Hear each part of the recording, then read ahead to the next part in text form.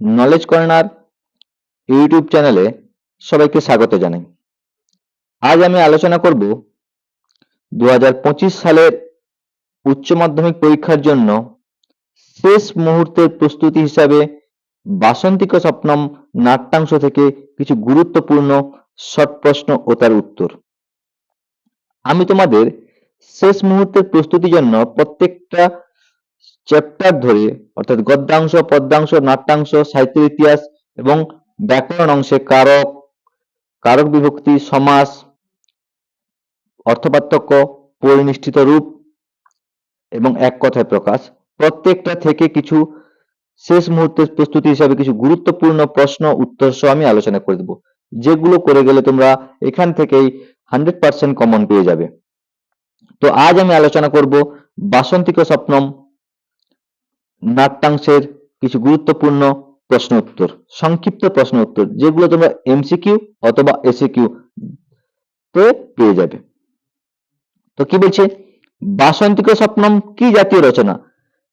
বলছে বাসন্তিক স্বপ্নম থেকে কিভাবে আসতে পারে, বাসন্তী স্বপ্নম এই নামটা দিয়ে কিভাবে আসতে পারে? বলছে বাসন্তিক স্বপ্নম কি জাতীয় রচনা, এই নামটা তোমাদের হয়তো সংস্কৃত হরফেও লেখা থাকতে পারে। বাসন্তিক স্বপ্নম কি জাতীয় রচনা? না, নাটক জাতীয় রচনা। বাসন্তিক স্বপ্নম নাটকটির কয়টি অঙ্ক আছে? না, বাসন্তিক স্বপ্নম নাটকটির 5টি অঙ্ক আছে। বাসন্তিক স্বপ্নম অনুবাদটি কার, অথবা বাসন্তিক স্বপ্নম নাটকটির রচয়িতা কে? বাসন্তিক স্বপ্নম নাটকটির রচয়িতা বা অনুবাদক হলেন পণ্ডিত কৃষ্ণমাচার্য। বাসন্তিক স্বপ্নমের মূল নাটকটির নাম কি, বা বাসন্তিক স্বপ্নমের উৎস কি? বলছি কি, বাসন্তিক স্বপ্নমের মূল নাটকটির নাম বা উৎস হলো এ মিডসামার নাইটস ড্রিম। বাসন্তিক স্বপ্নমের মূল গ্রন্থটি কোন ভাষায় রচিত? বাসন্তিক স্বপ্নমের মূল গ্রন্থটি ইংরেজি ভাষায় রচিত। বাসন্তিক স্বপ্নম নামটির অর্থ কি? বাসন্তিক স্বপ্নম নামটির অর্থ হলো বসন্তকালীন স্বপ্ন। বাসন্তিক স্বপ্নম নাটকটির কোন অঙ্ক তোমাদের পাঠ্য? বাসন্তিক স্বপ্নম নাটকটির প্রথম অঙ্ক আমাদের পাঠ্য। এরপর আসছি কিছু গুরুত্বপূর্ণ শব্দার্থ নিয়ে, অর্থাৎ যেগুলোর শব্দার্থ তোমাদের পরীক্ষায় আসতে পারে। বল্লভ শব্দের অর্থ কি? বল্লভ শব্দের অর্থ প্রিয়। উদ্বাহ শব্দের অর্থ কি? উদ্বাহ শব্দের অর্থ বিবাহ। নিঘৃণ, নিঘৃণ এর অর্থ কি? নিঘৃণ এর অর্থ নির্দয়। দবিয়সী শব্দের অর্থ কি? দবিয়সী শব্দের অর্থ দূরে। অবনীপ শব্দের অর্থ কি? অবনীপ শব্দের অর্থ রাজা। নারিকা শব্দের অর্থ কি? নারিকা শব্দের অর্থ একক্ষণ সময়। আবর্জয় শব্দের অর্থ কি? আবর্জয় শব্দের অর্থ উজাড় করে দাও। কুহু শব্দের অর্থ কি? কুহু শব্দের অর্থ অমাবস্যা। যদি বলে কুহু শব্দের সংস্কৃত প্রতিশব্দ কি? কুহু শব্দের সংস্কৃত প্রতিশব্দ দর্শ। আবার যদি বলে দর্শ শব্দের সংস্কৃত প্রতিশব্দ কি? না, দর্শ শব্দের সংস্কৃত প্রতিশব্দ কুহু। বলছি কি, দর্শ শব্দের অর্থ কি? না, দর্শ শব্দের অর্থ অমাবস্যা। সপদী শব্দের অর্থ কি? সপদী শব্দের অর্থ শীঘ্র। বাসু শব্দের অর্থ কি? বাসু শব্দের অর্থ কন্যা বা বালিকা। শশাঙ্ক শব্দের সংস্কৃত প্রতিশব্দ কি? শশাঙ্ক শব্দের সংস্কৃত প্রতিশব্দ চন্দ্র। সাধয়াম শব্দের সংস্কৃত প্রতিশব্দ কি? সাধয়াম শব্দের সংস্কৃত প্রতিশব্দ গচ্ছাম। ইন্দুবদনা কে? ইন্দুবদনা হলো কৌমুদী। ইন্দ্রবর্মার প্রেমিকা কে? ইন্দ্রবর্মার প্রেমিকা হলো কনকলেখা। কৌমুদীর পছন্দের পাত্র কে, বা কৌমুদী কার প্রতি প্রণয়াসক্ত ছিল? কৌমুদী বসন্তের প্রতি প্রণয়াসক্ত ছিল, অথবা কৌমুদীর পছন্দের পাত্র বসন্ত। নাটকের শেষে নেপথ্যে কি শোনা গিয়েছিল? নাটকের শেষে নেপথ্যে মৃদঙ্গ ধ্বনি শোনা গিয়েছিল। কৌমুদীর পিতার নাম কি?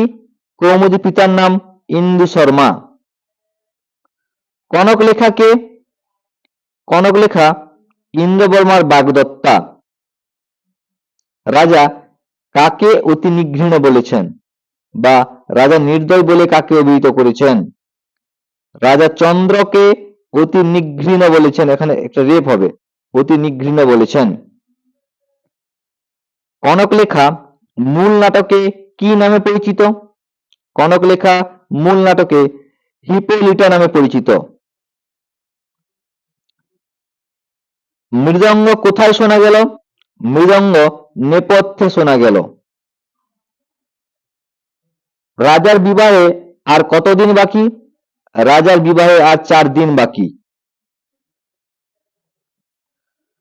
অতিথিরা রাজার জন্য কোথায় কোথায় অপেক্ষা করেছিল? অতিথিরা রাজার জন্য সঙ্গীতশালায় অপেক্ষা করেছিল। ইন্দ্রবর্মার উদ্বেগের কারণ কি? ইন্দ্রবর্মার উদ্বেগের কারণ তার বিবাহ। ইন্দ্রবর্মা কে ছিলেন? ইন্দ্রবর্মা ছিলেন বৈবস্বত বা অবন্তী নগরের রাজা। রাজার বাগদত্তার নাম কি? রাজার বাগদত্তার নাম কনক লেখা। কৌমুদীর অপরাধ কি ছিল? কৌমুদীর অপরাধ ছিল তার পিতার পছন্দের পাত্র মকরন্দকে বিয়ে না করা। কনক লেখা রাজাকে কি বলে সম্বোধন করেছিলেন? কনক লেখা রাজাকে বল্লভ বলে সম্বোধন করেছিলেন। কৌমুদীর পিতার মনোনীত পাত্রকে? কৌমুদীর পিতার মনোনীত পাত্র মকরন্দ। মূল গ্রন্থে কৌমুদী ও বসন্ত এর নাম কি? মূল গ্রন্থে কৌমুদী হলো হারমিয়া এবং বসন্ত হলো লাইসেন্ডার। এই বাসন্তী সপ্তম নাট্যাংশ থেকে লাইন তুলে যে প্রশ্নগুলো আসতে পারে সেগুলো আমি আলোচনা করছি। লাইন তুলে এই লাইনগুলো তোমাদের কিন্তু দেবনাগরী হরফে থাকতে পারে, সেক্ষেত্রে তোমরা ভালো করে প্রশ্নটা পড়বে, তারপর উত্তর দেবে। আমি এখানে তোমাদের যাতে পড়তে সুবিধা হয় তার জন্য আমি সংস্কৃত অক্ষরে না লিখে, দেবনাগরী অক্ষরে না লিখে বাংলা অক্ষরে লিখেছি। আমি বলে দিচ্ছি কি, অহং দীনমানস উক্তিটি কার? না, উক্তিটি রাজা ইন্দ্রবর্মার, আমি মনমরা। বিজয়াতাম অস্মাকম অবনিপ, জয় হোক আমাদের মহারাজের, কে বলেছেন? বৃদ্ধ ইন্দু শর্মা। দিয়তাং দয়ার্দং চিত্তম, বক্তাকে অর্থাৎ আমাকে দয়া দান করুন, বক্তাকে? ইন্দু শর্মা। যথা আজ্ঞা প্রয়তি দেব, যেমন আপনার আদেশ মহারাজ, উক্তিটি বক্তাকে? প্রমোদ। শৈব মনমানসম, মনমানসকে? মনমানস হলো বসন্ত। মহোৎসব প্রমোদ প্রসাদনা পূর্বং তাং পরিণেশ্য, অর্থাৎ মহোৎসবের আনন্দে মেতে উঠে আমি তোমাকে বিবাহ করব, কার উক্তি? রাজা ইন্দ্রবর্মার উক্তি। সন্ধি বিচ্ছেদ করতে বলছে। যাবৎ জীবনম, যাবৎ যুক্ত জীবনম। নম ভবত, কে কাকে নমস্কার জানিয়েছে?